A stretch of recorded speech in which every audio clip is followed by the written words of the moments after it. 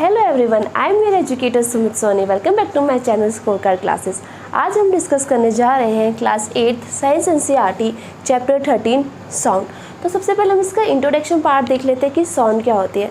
तो जैसे आप स्कूल में पढ़ते हो, आपको ये अंदाज़ा हो जाता है कि आपका पीरियड ओवर हो गया। कैसे? आपको एक रिंग बेल सुनाई देती है, किसी घंटी की आवाज़ सुन के आप आइडिया लगा लेते हो कि ये पीरियड हमारा ओवर हो गया। या फिर आपने कभी देखा है कि आपके घर के बाहर अगर कोई गेस्ट आए हैं, वो आपकी घर की डोरबेल बजाते हैं, तो आपको आइडिया हो जाता है कि हमारे घर के बाहर कोई गेस्ट आया है। तो हमें कैसे पता चलता है? वो हमें उस डोरबेल की साउंड सुनाई देती है। थर्ड, अगर हम देखें कि someone is approaching to us, तो हमें कैसे पता चलता है कि कोई हमें अप्रोच कर रहा है? By hearing the foot step of that person. हम कदमों की आवाज़ से पता लगा सकते हैं कि कोई हमारे पास या कोई हमें अप्रोच कर रहा है ना। तो अभी बचपन में या फिर आप अभी भी हाइड एंड सीक गेम खेलते होंगे, जिसमें एक पर्सन क्या होता है, ब्लाइंड फोल्ड होता है और उसको दूसरे अदर पर्सन को क्या करना होता है, टच करना होता है ना। तो उसको कैसे पता चलता है?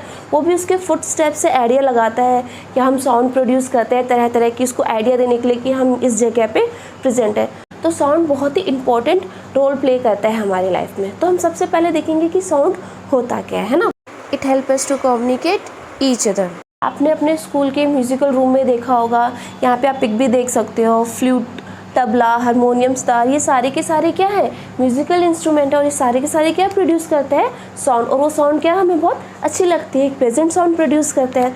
तो हम सबसे पहले देखते हैं कि साउंड क्या होता है और कैसे साउंड प्रोड्यूस होता है।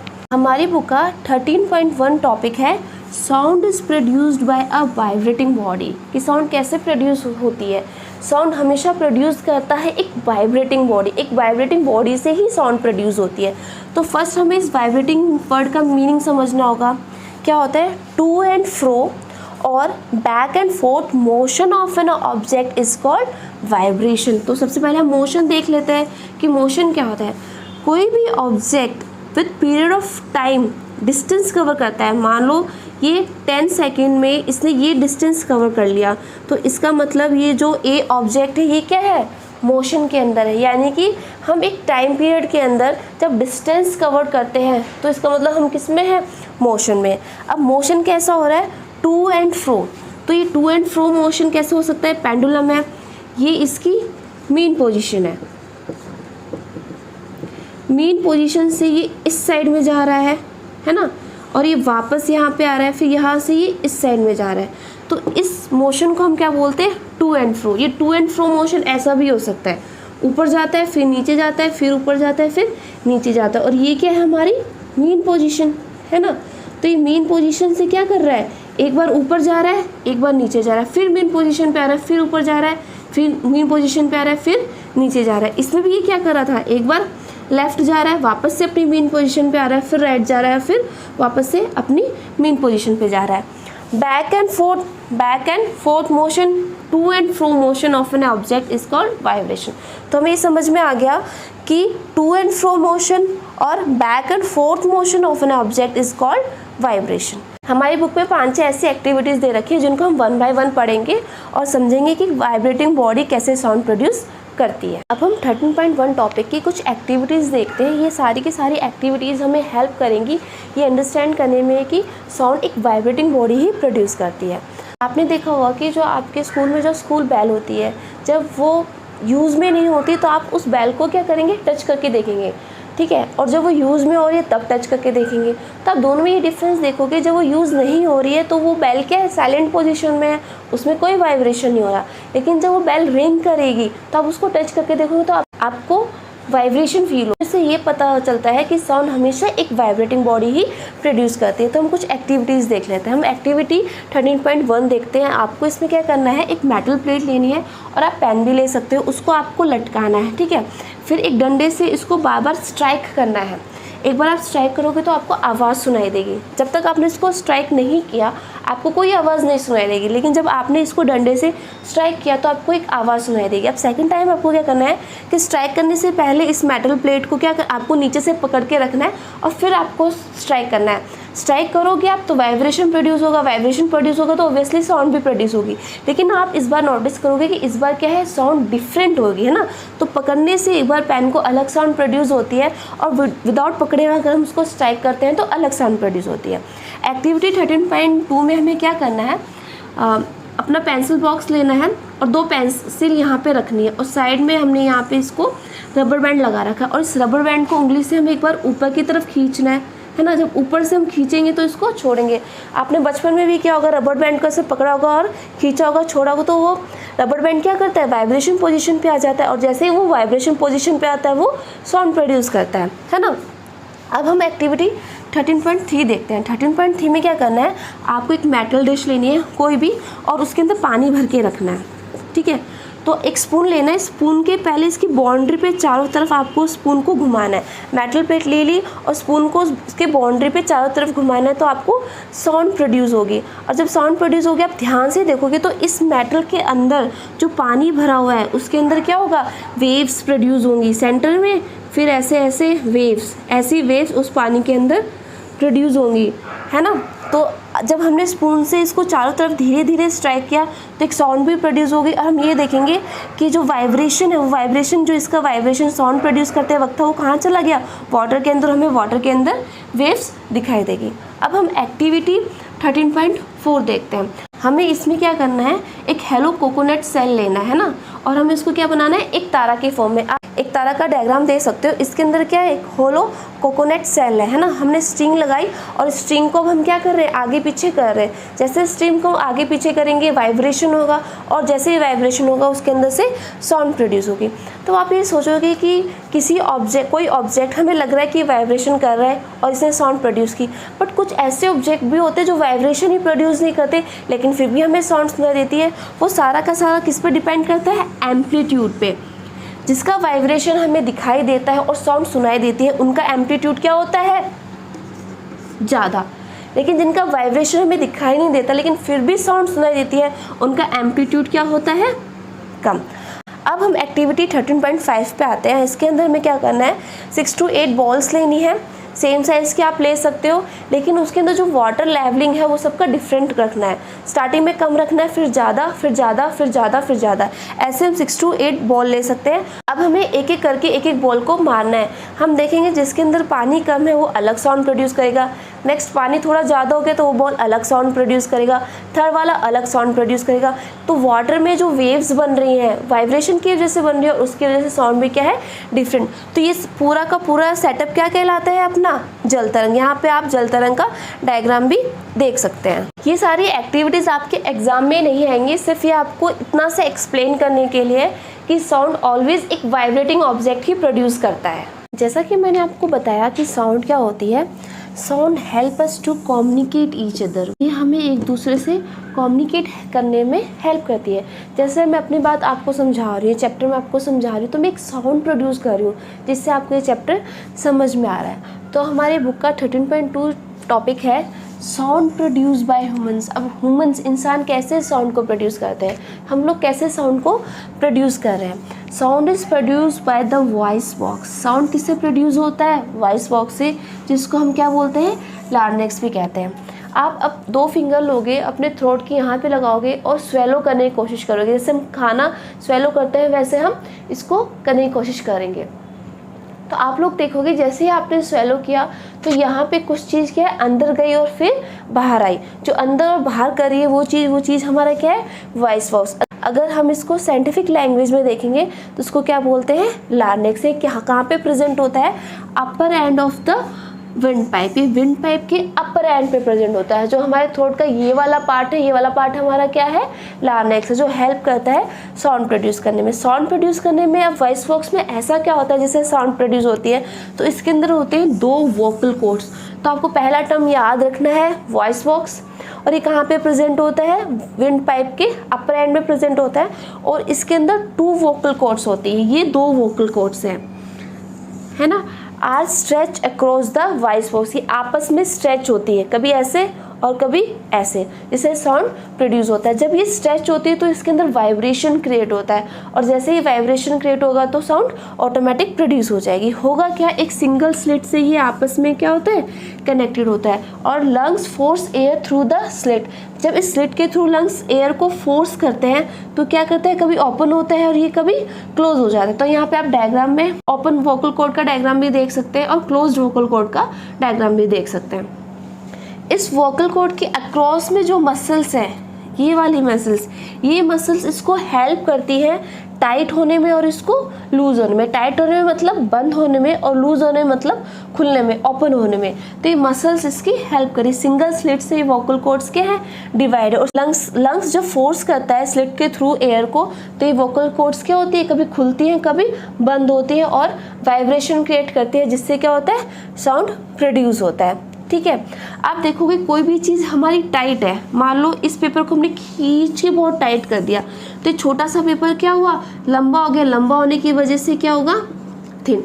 जब आप देखोगे जब हमारे वोकल कॉर्ड्स क्लोज रहते हैं, ये क्लोज होने में हो जाते हैं, ये बहुत टाइट हो जाते हैं, और टाइट के साथ साथ ये क्या होते हैं, थिन हो जाते हैं। तो हमारी जो आवाज़ है वो अलग तरीके से प्रोड्यूस होती है।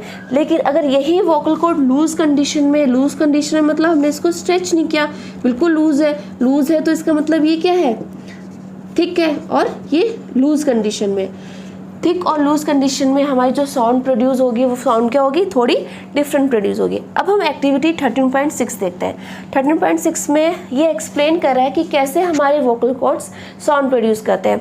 तो आपको 2 रबर स्ट्रिप्स लेनी है, उसको मुंह के सामने रखना, फूंक मारनी। जब आप फूंक मारोगे तो वो दोनों की दोनों रबर स्ट्रिप्स क्या होंगी, आपस में वाइब्रेट करेंगी। ऐसे जब हम बोलते हैं, हमारे लंग्स से जब फोर्स बाहर आता है एयर के थ्रू, तो वोकल कॉर्ड्स हमारी भी क्या करती है, ऐसे ही वाइब्रेट करती है। और हमें पता है कोई ऑब्जेक्ट अगर वाइब्रेशन करेगा, कोई बॉडी अगर वाइब्रेटिंग स्टेट में होंगी तो क्या प्रोड्यूस करेगी, साउंड प्रोड्यूस करेगी।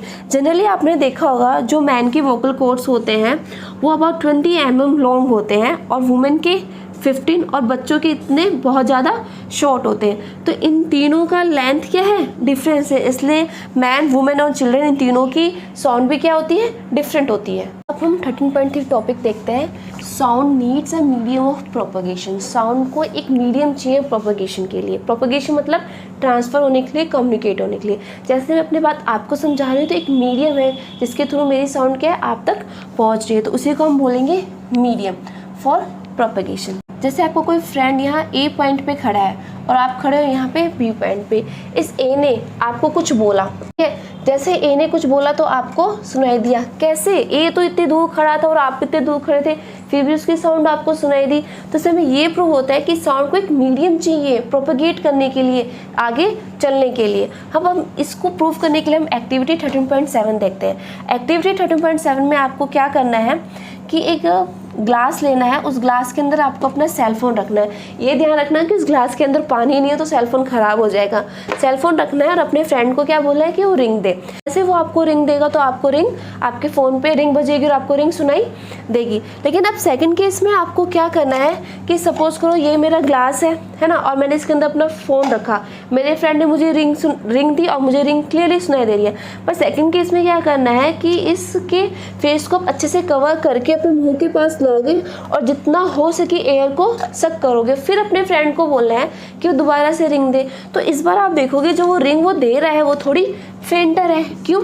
जब आपने इस ग्लास को अपने मुंह पे रखा और कुछ एयर इसकी सक कर ली तो उसमें क्या हुआ, एयर की क्वांटिटी क्या हो गई, डिक्रीज हो गई। और जैसे ही एयर की क्वांटिटी डिक्रीज हो गई तो लाउडनेस उस साउंड का क्या हो गया, वो भी डिक्रीज हो गया, है ना।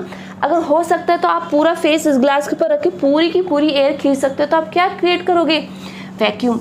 वैक्यूम एक ऐसी जगह होती है जहाँ पे ना कोई एयर होता है ना डस्ट पार्टिकल होता है, पूरी क्लियर स्पेस होती है ना।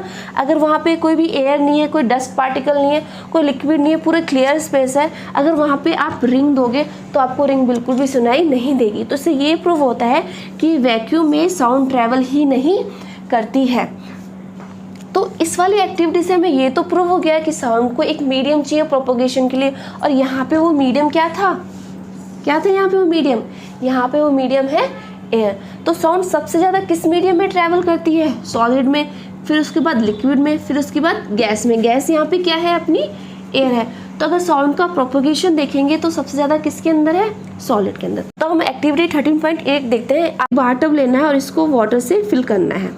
वाटर से फिल करने के बाद एक हाथ में आपको घंटी लेनी है और यहाँ पे बजानी है। जब पानी के अंदर आप उस घंटी को बजाओगे और पानी की सरफेस के ऊपर कान लगा के आप सुनोगे तो आपको रिंग सुनाई देगी, है ना, घंटी की आवाज़ सुनाई देगी। इससे ये प्रूव होता है कि जो साउंड है वो वाटर में भी ट्रेवल करती है। इसका मतलब साउंड लिक्विड स्टेट को भी एज ए मीडियम यूज़ कर सकती है।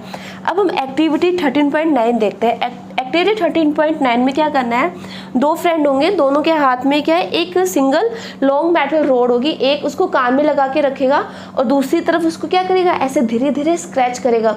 जो धीरे धीरे स्क्रैचिंग करेगा उस स्क्रैचिंग की आवाज़ सेकंड पर्सन के कान में जाएगी। तो इससे ये प्रूव होता है कि साउंड है वो सॉलिड के थ्रू भी ट्रैवल करती है, यानी कि एक सॉलिड मीडियम में भी साउंड ट्रैवल करती है।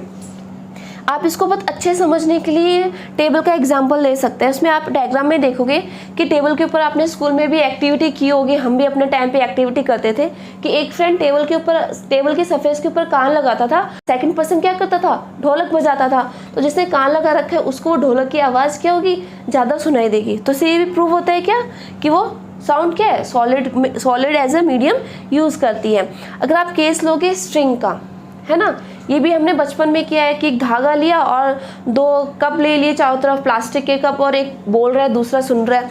तो हमें इससे क्या प्रूव होता है कि साउंड है वो as a medium solid, liquid और गैस को यूज़ कर सकती है। तो सबसे ज़्यादा साउंड किस में ट्रैवल करता है, अपना सॉलिड के अंदर सबसे ज़्यादा साउंड ट्रैवल करती है, फिर लिक्विड के अंदर, फिर गैस के अंदर। अब हम बढ़ते हैं हमारे नेक्स्ट टॉपिक पर, लेकिन उससे पहले अगर आपको मेरी वीडियोस अच्छी लगे तो please like it, subscribe it and share it with your friends which means lots to me. और हमेशा की तरह आपको मेरी वीडियोस 2 टाइम्स देखनी है। फर्स्ट आप इसे थ्रू आउट देख, और सेकंड टाइम आप अपनी एनसीईआरटी बुक अपने साथ लेके बैठे, जैसे मैं आपको पढ़ा रही हूँ टॉपिक वाइज, आप भी टॉपिक वाइज अपने एनसीईआरटी बुक के साथ इसे रेफर करें। अब हम मूव ऑन करते हैं हमारे नेक्स्ट टॉपिक पर 13.4 we hear sound through our ears. अब आप सोचोगे कि मैम इसमें न्यू क्या है, ये तो सबको पता है कि हम कान के थ्रू सुनते हैं, ये तो सबको पता है कि हम कान के थ्रू सुनते हैं, बट हमारा कान कैसे प्रोसेस करता है, कैसे साउंड को कैरी आउट करता है। तो हमने देखा होगा कि जो हमारा आउटर ईयर होता है हमारे ईयर का, वो किसकी तरह होता है, फनल शेप होता है। फनल का क्या शेप होता है, ये शेप होता है फनल का। वैसे ही हम अगर इस फनल को हम हॉरिजेंटली रख देंगे तो हमें क्या मिल जाएगा, ईयर मिल जाएगा। अब ईयर का जो ये वाला पार्ट है हमारा, इस वाले पार्ट को हम बोलते हैं आउटर, और ईयर ड्रम और जहाँ पे हमारी लूप आती है इसको हम बोलते हैं हमारा मिडल पार्ट। और लूप के जस्ट जो ब्रेन तक हमारे जो सिग्नल्स ले जाते हैं जो नर्व्स, उनको हम बोलते हैं इनर पार्ट। ठीक है, तो हम देखेंगे कान का पर्दा। आप सबने सुना होगा कान का पर्दा, मम्मी हमेशा टोकती रहती है कि एक पॉइंटेड चीज़ कभी अपने कान के पर्दे में डालो, कान का पर्दा फट जाएगा। तो एक्चुअली क्या है हमारा, वो हमारा होता है ईयर ड्रम। जब कोई भी साउंड हमारे ईयर में एक कैनाल के थ्रू गुजरती है, और ये वाला पार्ट क्या है हमारा, कैनाल है, और यहाँ पे हमारा क्या है, ये ईयर ड्रम, जिसको हम क्या बोलते हैं, कान का पर्दा।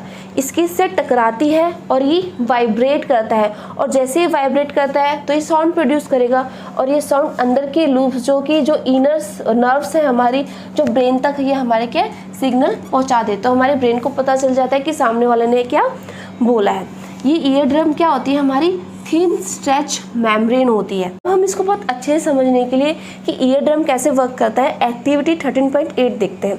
इसमें क्या करना है, आपको एक प्लास्टिक टीन लेना है, उसको ऊपर का एंड भी हटा देना और उसके नीचे का भी एंड हटा देना है। जो ऊपर का एंड है उसके ऊपर क्या करना है, हमें स्ट्रेच करना है एक रबर की बैलून को, और उसको एक रबर से टाई कर देना है। सपोज करो ये हमारा प्लास्टिक का टीन है और हमने इसके ऊपर वाले पार्ट को बैलून को स्ट्रेच करके रबर से हमने इसको बांध दिया है, नीचे से भी इसके अंदर छेद कर रखा है। बट इस कंडीशन में हमें क्या करना है कि जो रबर का बैलून हमने ऊपर रखा हुआ है इसके ऊपर हमें 4-5 ग्रेन्स रखने हैं। आप गेहूं के दाने भी रख सकते हो, और नीचे से अपने फ्रेंड को बोलना है कि वो हुर्रे हुर्रे बोले। जैसे वो हुर्रे हुर्रे बोलेगा तो जो वाइब्रेशंस क्रिएट होंगी, वाइब्रेशन क्रिएट होने की वजह से जो स्ट्रेच बैलून्स के ऊपर जो ग्रेन्स रखे हों वो क्या करेंगे, डांस करने लग जाएंगे। तो इससे क्या प्रूव होता है कि जो स्ट्रेच बैलून है ये क्या कर रहे हैं, वाइब्रेट।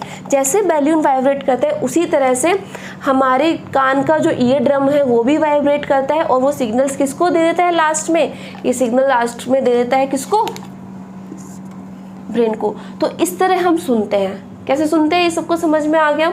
इसी के साथ हमारा चैप्टर फिनिश होता है। होप सो आपको ये चैप्टर समझ में आएगा। इस चैप्टर के हम नेक्स्ट टॉपिक इसके नेक्स्ट वीडियो में लेकर आएंगे। जब तक के लिए stay healthy and good bye.